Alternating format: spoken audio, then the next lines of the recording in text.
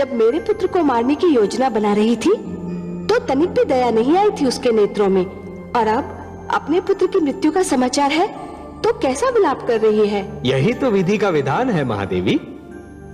जो दूसरे को दुख देकर हंसता है, होनी उसे दुख देकर 100 बार रुलाती है। इसलिए दूसरों को दुख देने से पहले इतना अवश्य सोच लेना चाहिए कि यदि इसी दुख का वज्र अपने सिर पर गिरे तो क्या होगा।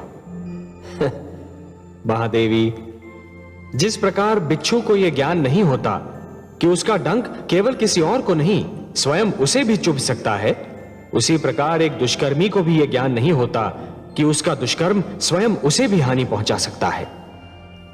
परंतु महादेवी, सिंहिका तो अभी इस बात से अनजान है कि आह्लाद जीवित है। जान लेगी तो भी कौन सा प्यार उड़ेल देगी मेरे पुत्र पर। सुना नहीं आपने, अग्निदेव की सौगंध खाकर कह रही है कि मेरे पुत्र प्रहलाद को भस्म करके ही दम लेगी।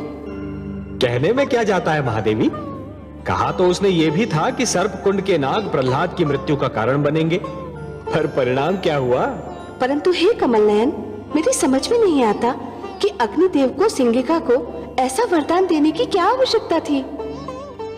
महादेवी, अग्निदेव तो ये भली भांति जानते हैं कि भोले शंकर ने जो दैत्य गुरु शुक्राचार्य को वरदान दिया था उसका परिणाम क्या हुआ। अग्निदेव ये भी देख ही रहे होंगे कि आदि प्रजापति ब्रह्मा ने जो वरदान हिरण्यकशिपु को दिया उसका क्या परिणाम हो रहा है। यदि ये सब जानकर भी उन्होंने वरदान दिया है तो अवश्य ही कुछ सोच समझ कर ही दिया होगा ना।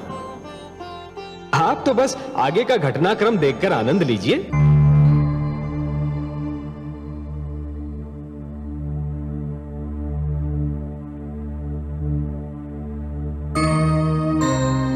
युवराज, आप जीवित हो उठे? हाँ महामंत्री, मैं काल के जाल में समा कर लौट आया। ये तो चमत्कार हो गया युवराज, परंतु ये सब कुछ हुआ कैसे? ये सब मेरे प्रिय अनुज प्रहलाद की कृपा है। ये नया जीवन मुझे मेरे अनुज ने उपहार में दिया है। परंतु मैं तो महाराज और महारानी को असुर लोक में आपकी मृत्यु की सूचना भी भिजवा चुका हूँ। यह तो बहुत बुरा हुआ भ्राताश्री। बुआश्री आपकी मृत्यु का समाचार सुनकर दुख से पागल होती होंगी। तुम ठीक कहते हो अनुज। उन्हें तुरंत सूचना भिजवाइए कि यहाँ सब कुशल है। जो आज्ञा युवराज। नहीं भ्राताश्री, हमें स्वयं आसुरलोक पहुंचना होगा। वहाँ हाहाकार मचा होगा। आपके मृत्यु के समाचार के उपरांत बुआश्री को आपके जीवित रहने के समाचार पर विश्वास नहीं होगा। उन्हें विश्वास उसी समय होगा जब वो अपनी आंखों से आपको जीवित देखेंगी। कितना सुख होगा उन्हें आपको देखकर। भ्राताश्री चलिए, मैं भी आपके साथ चलूंगा। अवश्य अनुज, अब तो मैं वही करूंगा जो तुम कहोगे। मेरा ये जीवन तुम इन्हें तो लौटाया है। महामंत्री जी, हमारी यात्रा का प्रबंध किया जाए। जो आज्ञा युवराज। मेरा पुत्र, हाय मेरा पुत्र, मेरा पुत्र, हाय मेरा पुत्र। तुम क्यों विलाप कर रही हो? तुम्हारा पुत्र नहीं मरा, मेरा पुत्र मरा है। तुम्हारा पुत्र? तुम्हारा पुत्र? ये तुम कह रही हो बहन सिंहिका? आह्लाद को मैंने तुम्हारी गोद में डाल अवश्य दिया था। उसे भूल जाने की चेष्टा भी की थी, पर उसे पेट में तो मैंने ही रखा था। मैंने उसे अपनी कोख से जन्म दिया था। उसे मैंने ही अपना दूध पिलाया था। वो मेरे ही शरीर का अंश था। वो मेरी आंखों का तारा था। हाँ हाँ था, परंतु उसकी हत्या भी तुम्हारे ही दूसरे पुत्र प्रहलाद ने की। अरे मैंने तुम्हारे पुत्र आह्लाद को अपनी छाती से लगा लिया था, अपना पुत्र बना लिया था उसे। तुम्हारी कमी का आभास उसे कभी होने न दिया था, परंतु तुम्हारे दुष्ट पुत्र प्रहलाद के कारण वो काल के जाल में समा गया। मैं तुम्हारे पुत्र प्रहलाद को कभी क्षमा नहीं करूंगी, कभी नहीं। हत्यारा है वो, हत्यारा। मेरा पुत्र अपने शत्रुओं पर भी दया करता है।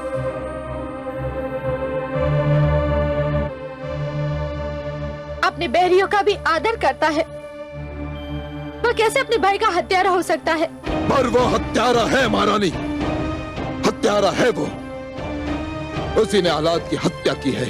हाँ हाँ, उसी ने आलाद की हत्या की है। मैं प्रहलाद का सर्वनाश कर दूंगी, मार डालूंगी मैं उसे। मैं उसके शरीर को जलाकर भस्म कर दूंगी। नहीं माते, माते इधर देखो, मैं जीवित हूँ। पुत्र, पुत्र,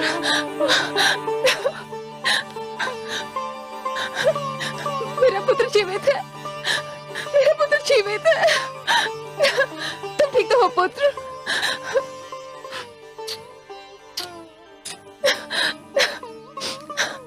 महाराज देखिए, मेरा पुत्र जीवित है, जीवित है मेरा पुत्र।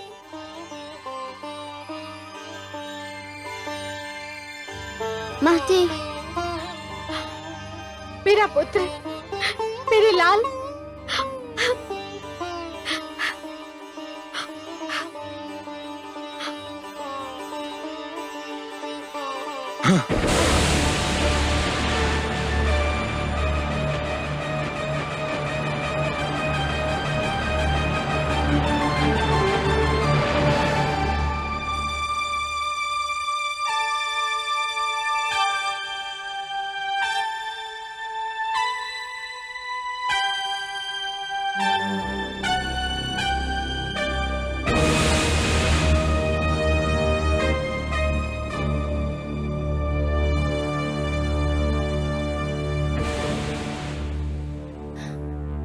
दूर रहे मुझसे दुष्ट। ये आप क्या कह रही है माताश्री? मेरे प्रिय अनुज प्रहलाद ने तो मुझे जीवन दान दिया है। मैं तो केवल आपको अपने जीवित रहने का समाचार भिजवा रहा था, पर अनुज प्रहलाद ने अनुरोध किया कि मैं स्वयं चलूं और एक माता अपने पुत्र को जीवित देख ले। आप इसे झिड़क रही हैं? ये तो पुरस्कार का अधिकारी है। आपने मेरे अनुज को कुछ भी कहा तो मुझे बहुत दुख होगा माताश्री, बहुत दुख होगा।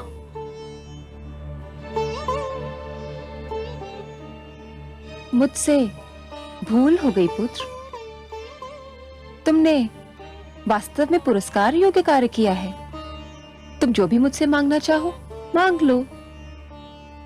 भ्राताश्री को जीवन मिल गया, मेरे लिए यही सबसे बड़ा पुरस्कार है। यह कैसे संभव है पुत्र? मेरे पुत्र आलाद ने मुझसे कहा है तो मुझे तुम्हें कोई ना कोई पुरस्कार तो देना ही होगा ना। तुम स्वयं अपनी इच्छा से कुछ मांग लो तो मुझे भी हर्ष होगा और आलाद को भी प्रसन्नता होगी। अब संकोच न करो पुत्र, जो जी में आए वो मुझसे मांग लो। यदि आपकी यही इच्छा है तो मुझे अपना वह चमत्कार दिखा दीजिए जिसके चारों ओर चर्चा है। अग्निदेव ने आपको जो वरदान दिया है, मैं अपनी आंखों से उसका प्रदर्शन देखना चाहता हूँ। कितनी सुंदर बातें करते हो तुम पुत्र। तुम वास्तव में बहुत ही भले और भोले बालक हो। तुम मुझसे कुछ भी मांग सकते थे, परंतु तुम्हारे मन में किसी भी वस्तु का लोभ नहीं। कितनी सुंदर इच्छा व्यक्त की है तुमने। मुझे बहुत प्रसन्नता हुई पुत्र। मैं अवश्य ही तुम्हें अपने वरदान का प्रदर्शन दिखाऊंगी। कब? मैं बहुत व्याकुल हूँ देखने के लिए। पुत्र, मदनोत्सव सिर पर खड़ा है। उस दिन सारे असुरलोक में हर्षोल्लास होता है। समस्त नर नारी नृत्य करते हैं, मदिरा जल की भांति बहती है, सब रंग खेलते हैं और एक साथ भोजन करते हैं। बस उसी दिन मैं तुम्हें अपना चमत्कार दिखाऊंगी। मैं तुम्हें उस दिन एक और चमत्कार भी दिखाऊंगी। क्या बुआ श्री? उस दिन एक ऐसा अनुपम दृश्य दिखाई देगा जिसे संसार कभी भुला ना पाएगा। उस दिन का वही विशेष आकर्षण भी होगा। मदनोत्सव की रात्रि मैं तुम्हें साथ लेकर अग्नि में प्रवेश करूंगी। नहीं! नहीं! आज तो मुझे वास्तव में पुत्र प्रहलाद पर बहुत क्रोध आ रहा है। भोलेपन का ये अर्थ तो नहीं कि कोई जानबूझकर मृत्यु की गोद में जा गिरे। क्या हुआ महादेवी? सुना नहीं आपने? दुष्ट सिंहिका पुत्र प्रहलाद को गोद में लेकर अग्नि में प्रवेश करना चाहती है और पुत्र प्रहलाद ये समझ रहा है कि ये खेल होगा।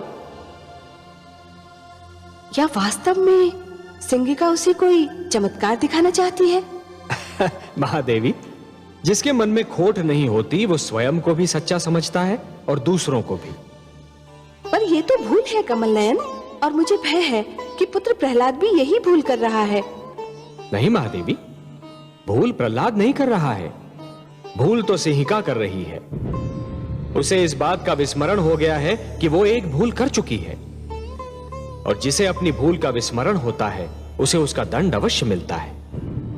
इतिहास रचा ही इसलिए जाता है महादेवी कि आने वाली पीढ़ियां ये देख सकें कि उनके पहले की पीढ़ियों ने क्या भूल की और वो उस भूल को ना दोहराएं। यदि दोहराती हैं तो दंड पाती हैं, दुख झेलती हैं। सिंहिका ने जो भूल की थी उसका दंड उसे मिला था, उसके पुत्र आह्लाद की मृत्यु के रूप में। परंतु जैसे ही उसने अपने पुत्र को जीवित देखा, उसे फिर से अपनी भूल का विस्मरण हो गया। इसलिए विश्वास रखिए महादेवी, सिंहिका को अपनी भूल का दंड फिर से मिलेगा। परंतु प्रहलाद को भी तो ये स्मरण रखना चाहिए था कि सिंहिका उसे क्षति पहुंचाने की चेष्टा कर चुकी है। जानता हूं महादेवी, क्षति पहुंचाने वाले को दंड देना तो बहुत सरल है, पर उसे क्षमा करना बहुत कठिन। और जो क्षति पहुंचाने वाले को क्षमा कर सकता है वो तो पूजनीय है, महान है। आपको तो अपने पुत्र पर गर्व होना चाहिए महादेवी कि उसका हृदय इतना विशाल है। मैं जानती हूँ कि मेरे पुत्र प्रहलाद का हृदय विशाल है, उसके विचार सुंदर हैं और वो किसी को भी क्षति नहीं पहुंचाना चाहता। फिर भी सब उसके पीछे पड़े हैं, इसीलिए तो मैं चिंतित हो उठती हूँ। उसके पास सिवाय कयाधु के है कौन? आपका आशीर्वाद है महादेवी, आपका आशीर्वाद। और जिसके साथ आप जैसी जगन्माता का आशीर्वाद हो, उसे किसी से क्या भय हो सकता है? महादेवी, मैं तो आपको कई बार बता चुका हूं कि आपका आशीर्वाद ही प्रहलाद की सर्वाधिक महान शक्ति है।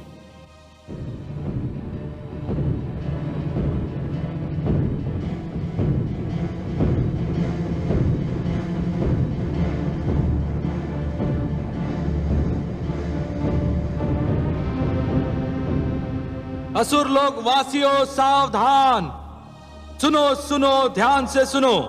भगवान हिरण्यकशिपु ने घोषणा की है कि इस बार भी मदनोत्सव हर बार की भांति बहुत धूमधाम से मनाया जाएगा। भगवान हिरण्यकशिपु सदैव की भांति अपनी समस्त प्रजा के लिए मांस, मदिरा, नृत्यादि की व्यवस्था करेंगे। परंतु इस बार मदनोत्सव का विशेष आकर्षण होगा भगवान की छोटी बहन कामरूप देश की महारानी सिंहिका की ओर से उन्हें अग्निदेव के दिए हुए वरदान का महान प्रदर्शन। महारानी सिंहिका राजकुमार प्रहलाद को लेकर अग्नि में प्रवेश करेंगी। सारे असुर समुदाय का इस उत्सव में स्वागत है। आहा, ये तो चमत्कार होगा। इस बार मदनोत्सव का आनंद ही कुछ और होगा।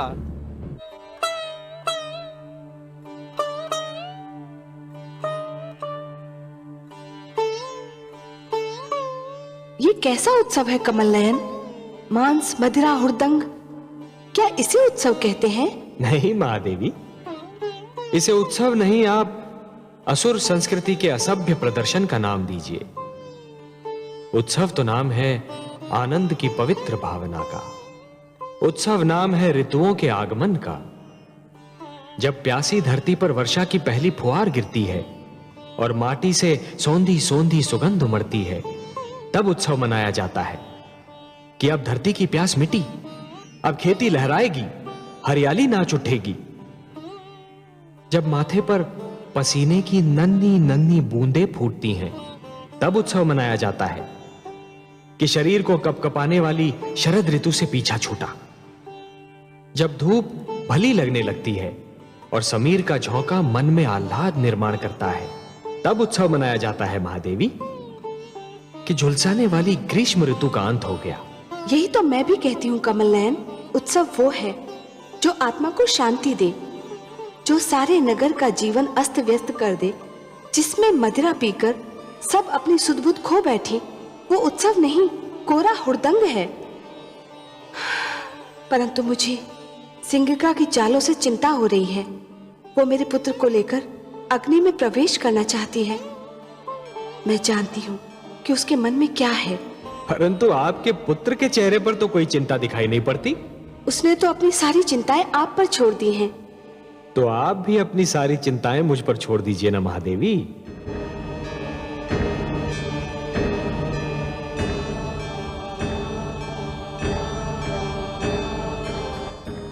क्या हुआ भाभी श्री?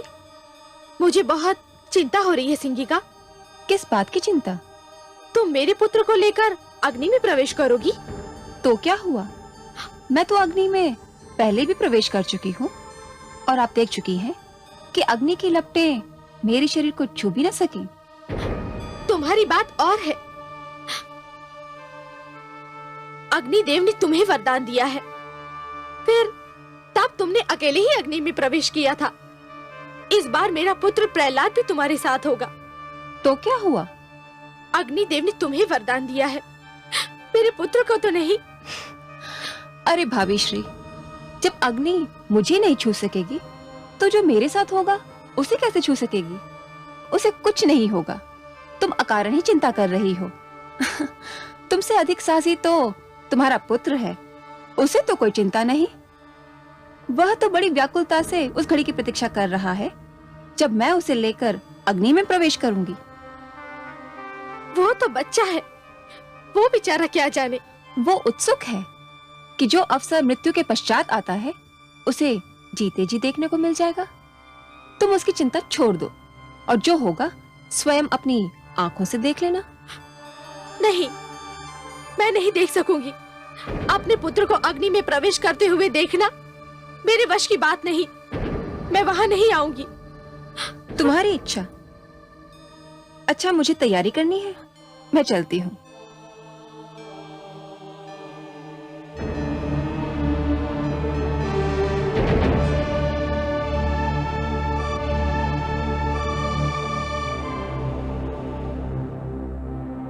माताश्री तुम्हें लेकर अग्नि में प्रवेश करने वाली है। मैं तो एक एक पल गिन रहा हूँ। शीघ्र आए वो घड़ी जब मैं वो चमत्कार देख सकूं। यदि तुम्हें कुछ हो गया तो?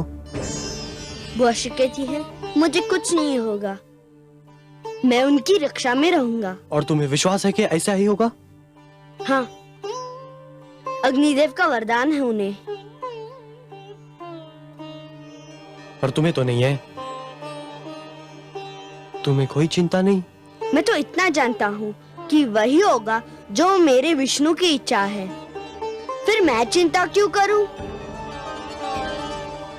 इतना विश्वास है तुम्हें अपने विष्णु पर? इससे भी अधिक। क्या उन्होंने तुम्हें कोई शक्ति प्रदान की है? उन पर अटूट विश्वास ही तो मेरी शक्ति है। जो भी तुम्हारे विष्णु पर अटूट विश्वास रखेगा, क्या उसे शक्ति प्राप्त होगी? अवश्य भ्रातश्री, संसार में तो सारा खेल विश्वास ही का है। विश्वास ही तो शक्ति देता है। मुझे भी दे सकता है? हाँ हाँ, तुम्हें भी दे सकता है। यदि ऐसा है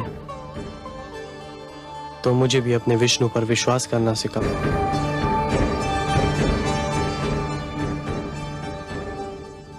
पुत्र प्रहलाद, तुम तैयार हो? हाँ बुआ श्री, मैं कब से तैयार खड़ा हूँ। चलिए। चलो पुत्र। किंतु तुम्हारी माताश्री तो आ ही नहीं रही। क्यों? उन्हें भय लग रहा है।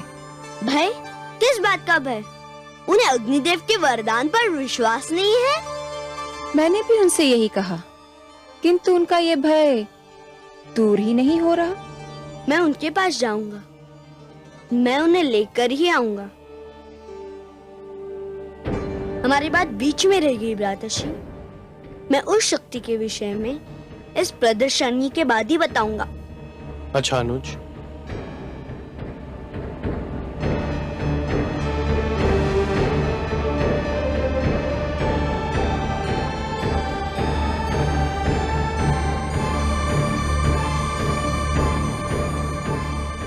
इस प्रदर्शनी के पश्चात तुम्हें किसी से कुछ भी कहने का अवसर नहीं मिलेगा।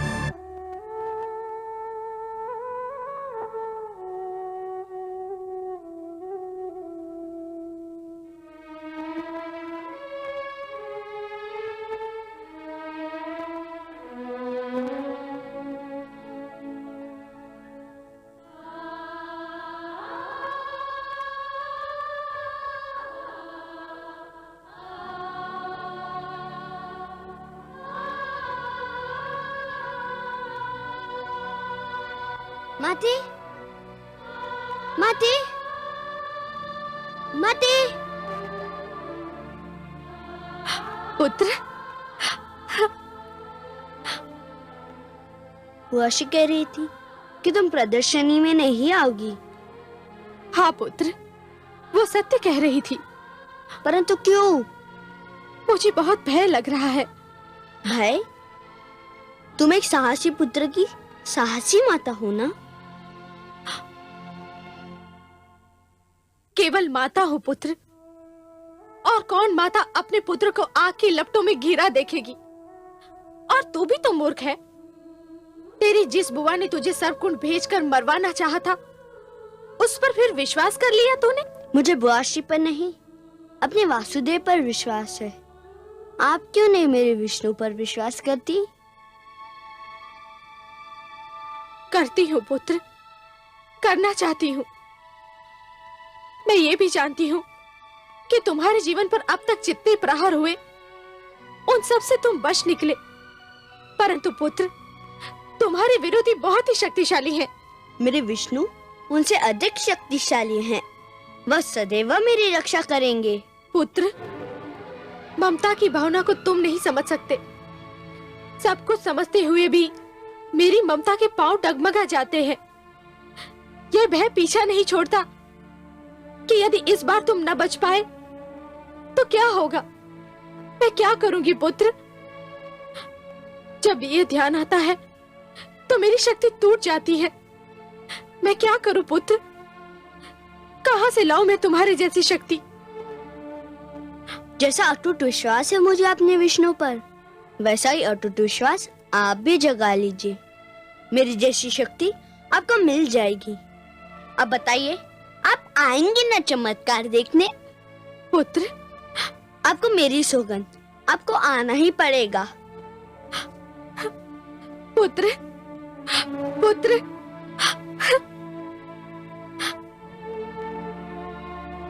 घातक, अत्यंत घातक।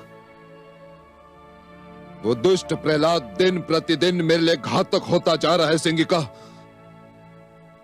आज तो मुझे भी विश्वास हो गया कि यदि प्रहलाद जीवित रहा तो मुझे भी अपने पुत्र आह्लाद से हाथ धोना पड़ेगा। मुझे प्रहलाद से उसकी बातचीत सुनकर भय लग रहा है भ्राताश्री, कि जिस प्रकार प्रहलाद आपसे विद्रोह कर रहा है, कहीं एक दिन उसी प्रकार मेरा आह्लाद मुझसे विद्रोह न कर बैठे। इसीलिए मैं उस दुष्ट के जीवन का अंत करना चाहता हूं सिंगिका, क्योंकि यदि वो जीवित रहा तो दिन प्रतिदिन मेरे विरोधियों की संख्या बढ़ती जाएगी। और जो हमारे विरोधी होंगे वे हमारे भ्रातर्षि हिरण्याक्ष के हत्यारे विष्णु के प्रशंसक हो जाएंगे। मुझे तो ये भी आशंका हो रही है भ्रातर्षि कि कहीं प्रहलाद मेरे पुत्र आह्लाद को विष्णु के प्रेम जाल में फांस न ले।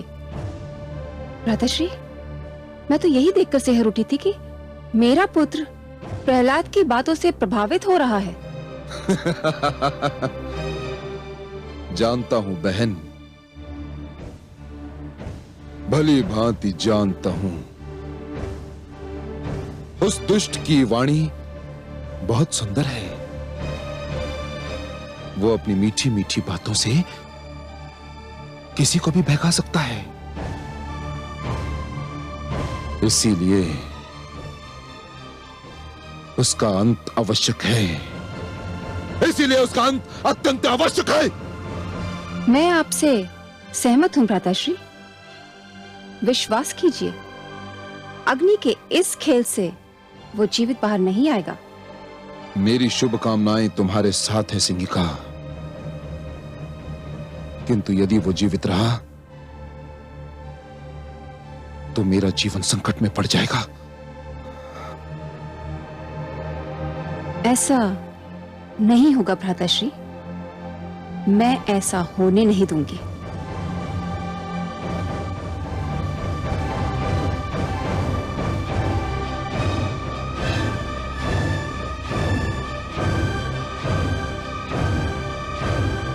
हे कमल नयन, सुना आपने पुत्र प्रहलाद ने अपनी माता से क्या कहा? वो कह रहा है कि भक्ति की भावना ही सबसे श्रेष्ठ है, ममता की भावना उसके आगे कुछ भी नहीं। कुछ बहुत अनुचित बात तो नहीं कर रहा आपका पुत्र महादेवी। आप तो इस सत्य से भलीभांति परिचित हैं कि सृष्टि में ईश्वर के अस्तित्व के अतिरिक्त बाकी सब कुछ माया है। मोह माया में फंसना अर्थात अपने जीवन के लक्ष्य को भूलने के समान है। और जीवन का तो यही लक्ष्य है महादेवी कि अपने भीतर छिपी हुई ईश्वरी शक्ति को ढूंढकर बाहर निकालना, अपने भीतर छिपे हुए ईश्वर को ढूंढना। मोह तो भ्रमित करता है महादेवी और फिर भटकाता है, फिर वो मोह चाहे धन का हो या संतान का। परंतु हे दया सागर, माता और पुत्र का स्नेह तो आपकी दी हुई सुंदर देन है। अवश्य है महादेवी, परंतु कोई भी स्नेह अधिक महान नहीं होता। जीवन का तो वास्तविक उद्देश्य ही है कि ईश्वर के प्रेम में अहम को भूल जाना, क्योंकि ईश्वर से प्रेम हर प्रेम का स्रोत होता है। जिस प्रकार मरुस्थल की रेत दूर से जल के समान चमकती है, परंतु निकट जाकर ही यह ज्ञात होता है कि वो तो सूखी रेत है, जल नहीं, उसी प्रकार हर मोह निकट से केवल एक भ्रम सिद्ध होता है महादेवी। ईश्वर से प्रेम ही जीवन के उद्धार का कारण होता है। आपका पुत्र कयाधु की ममता से अपना मुंह नहीं मोड़ रहा महादेवी, वो तो केवल ममता की धारा को भक्ति की ओर मोड़ने का प्रयास कर रहा है, क्योंकि वो जानता है कि भक्ति में ही शक्ति होती है। लीजिए, आपके पुत्र की परीक्षा की घड़ी आ गई।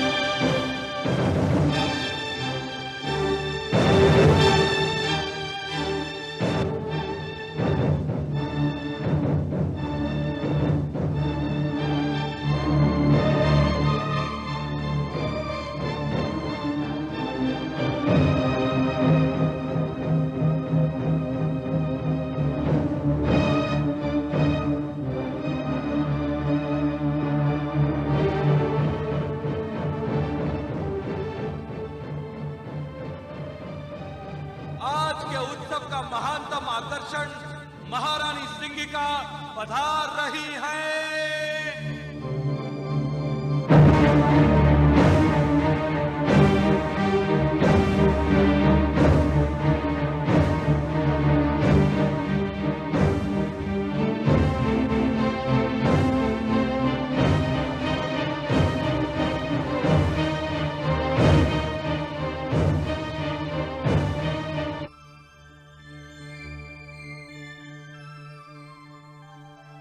प्रणाम भ्राताश्री।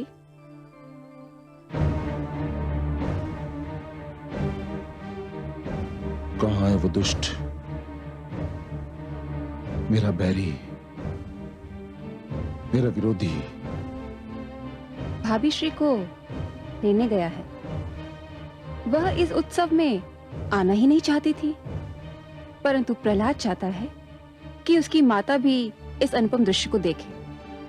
अभी उन्हें लेकर आता ही होगा। सिंगिका, उसकी मृत्यु अत्यंत आवश्यक है, अत्यंत आवश्यक। इस बार वो बचना नहीं चाहिए। नहीं बचेगा भ्राताश्री।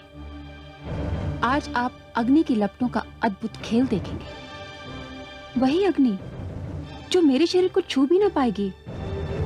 देखते ही देखते उसकी लपलपाती जीभ प्रहलाद के शरीर को चाट जाएगी। कुछ ही पलों में उसकी कोमल काया को राख में परिवर्तित कर देगी और वायु के झोंके उस राख को उड़ा ले जाएंगे। महारानी का यादू, युवराज आह्लाद और राजकुमार प्रहलाद पधार रहे हैं।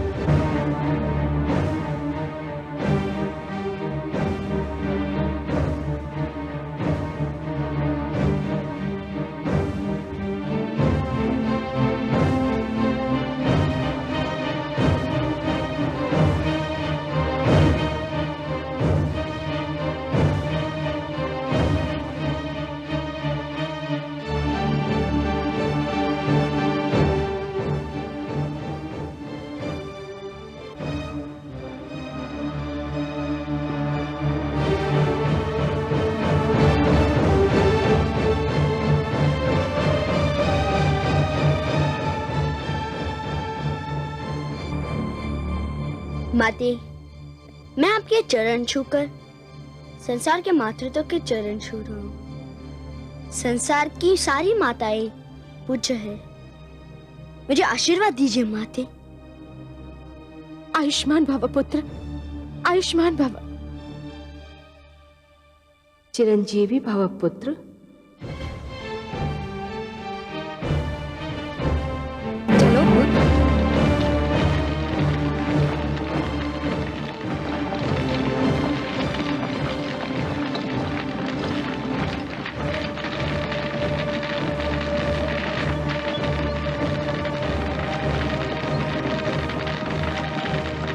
चलो पुत्र।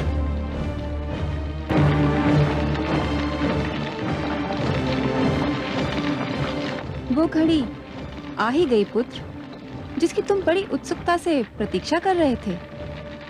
मेरे भी जीवन की अनमोल घड़ी, तुम्हारे जीवन की अद्भुत घड़ी पुत्र। जो भी इस चमत्कार को देखेगा भूल नहीं पाएगा, और जो भी इस चमत्कार की चर्चा सुनेगा सिहर उठेगा। रहते महाप्रलय तक आज की इस प्रदर्शनी की चर्चा रहेगी। चलो पुत्र।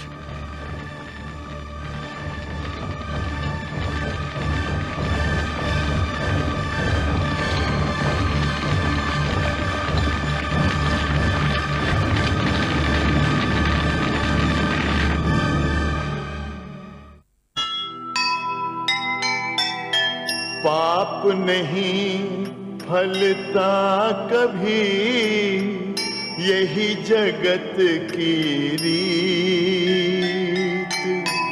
पुण्य के पथ पर जो चले, सदा उसी की जीत।